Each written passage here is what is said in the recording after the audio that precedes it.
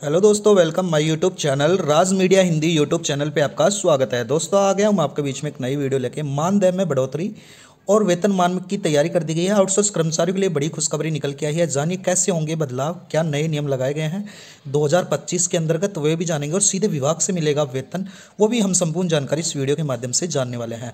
दोस्तों राज media Hindi YouTube channel को subscribe कर लेना, हमारी रोज इसी प्रकार से नई नई वीडियो आती रहती हैं। आउटसोर्स कर्मचारियों के लिए खुशखबरी, अब विभाग से मिलेगी सीधी सैलरी। भारत में लाखों आउटसोर्स कर्मियों को काम करना पड़ता है।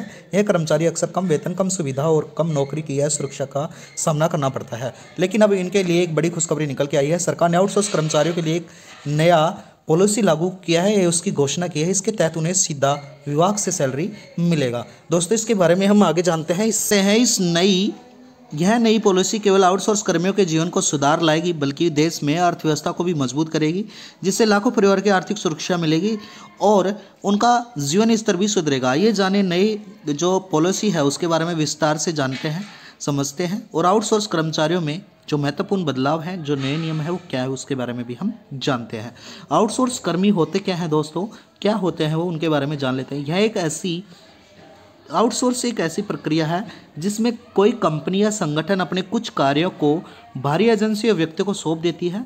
यह अक्सर लागत कम करने या विशेषता लाभ उठाने या संसाधनों का बेहतर स्तर में उपयोग लेने के लिए किया जाता है। आउटसोर्सों के लिए मुख्य प्रकार इस प्रकार से हैं। बिजनेस प्रोसेस आउटसोर्सिंग, इसमें कंपनियों को गैर मुख्य व्यावसायिक प्रक्रिया कोई बाहरी एजेंसियों को सौंप देती है। और जो इंफॉर्मेशन टेक्नोलॉजी जो आउटसोर्स है उनके लिए इसमें आईटी सेवा एवं समर्थन के बाहरी कंपनियों को दिया जाता है। नॉलेज पेज जानते हैं दोस्तों, जो नॉलेज प्रोसेसिंग आउटसोर्स है उनके बारे में। इसमें उच्च स्तर के ज्ञान आधारित कार्यों को आउटसोर्स किया जाता है। और जो लास्ट वाले होते हैं जिसके अंतर्गत लेगर प्रोसेस आउटसोर्स, यानी कि इसमें कानूनी सेवा को बाहरी फर्मों को सौंप दिया जाता है, बाहरी फर्म होती है उनको सौंप दिया जाता है। आउटसोर्स कर्मचारियों के कल्याण जो पॉलिसी है उसका ओवरव्यू जान लेते हैं दोस्तों। विवरण और जानकारी हम इस वीडियो के माध्यम से समझने वाले हैं, जिसके अंतर्गत पॉलिसी का नाम आउटसोर्स कर्मचारियों का कल्याण पॉलिसी है। लागू होने की तिथि 1 जनवरी 2025 थी, जो 31 जनवरी 2025 कर दी गई है। इसके बाद में ये लागू हो जाएगी। लाभार्थियों की संख्या सभी आउटसोर्स कर्मी होंगे। न्यूनतम वेतन 18,000 मंथली होगा। न्यूनतम काम करने घंटे यानी 48 घंटे करना होगा। छुट्टियों में 15 दिन का पे आउट मिलेगा। स्वास्थ्य बीमा में 5 लाख तक का बीमा कवर होने वाला है। पेंशन योजना में मूल वेतन 8% योगदान होगा। परमानेंट नौकरी 3 साल के बाद संभावना होगी। आउटसोर्स कर्मियों के जो वर्तमान स्थिति है, वर्तमान में आउटसोर्स कर्मियों के लिए कई चुनौतियों का सामना करना पड़ता है, जिसके अंतर्गत दोस्तों हम जान लेते हैं। यानी कि कम वेतन, अक्सर नियमित कर्मचारियों की तुलना में कम वेतन मिलता है। जॉब इनसिक्योरिटी, यानी कि कोई गारंटी शुदा रोजगार भी सुविधा में नहीं होता है। इसके अलावा सीमित लाभ, यानी कि स्वास्थ्य बीमा, पेंशन जैसे लाभ अक्सर नहीं मिलते हैं।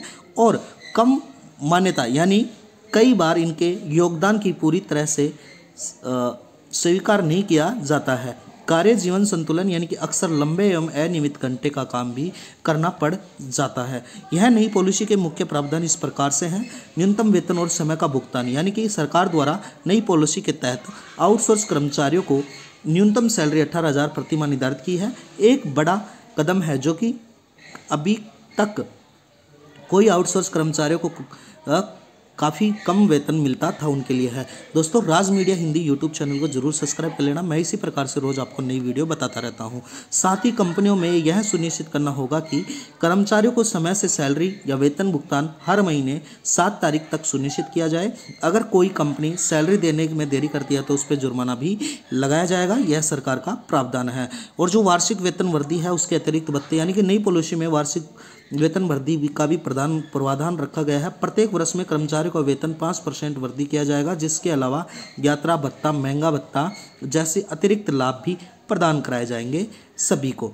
इसके बाद में हम जान लेते हैं दोस्तों, जो घंटे होते हैं, काम करने के जो घंटे हैं उनमें भी सुधार किया गया है सरकार द्वारा, जिसमें नई पॉलिसी के अनुसार आउटसोर्स कर्मचारी को एक सप्ते में 48 घंटे का ज़्यादा काम नहीं कराया जाएगा।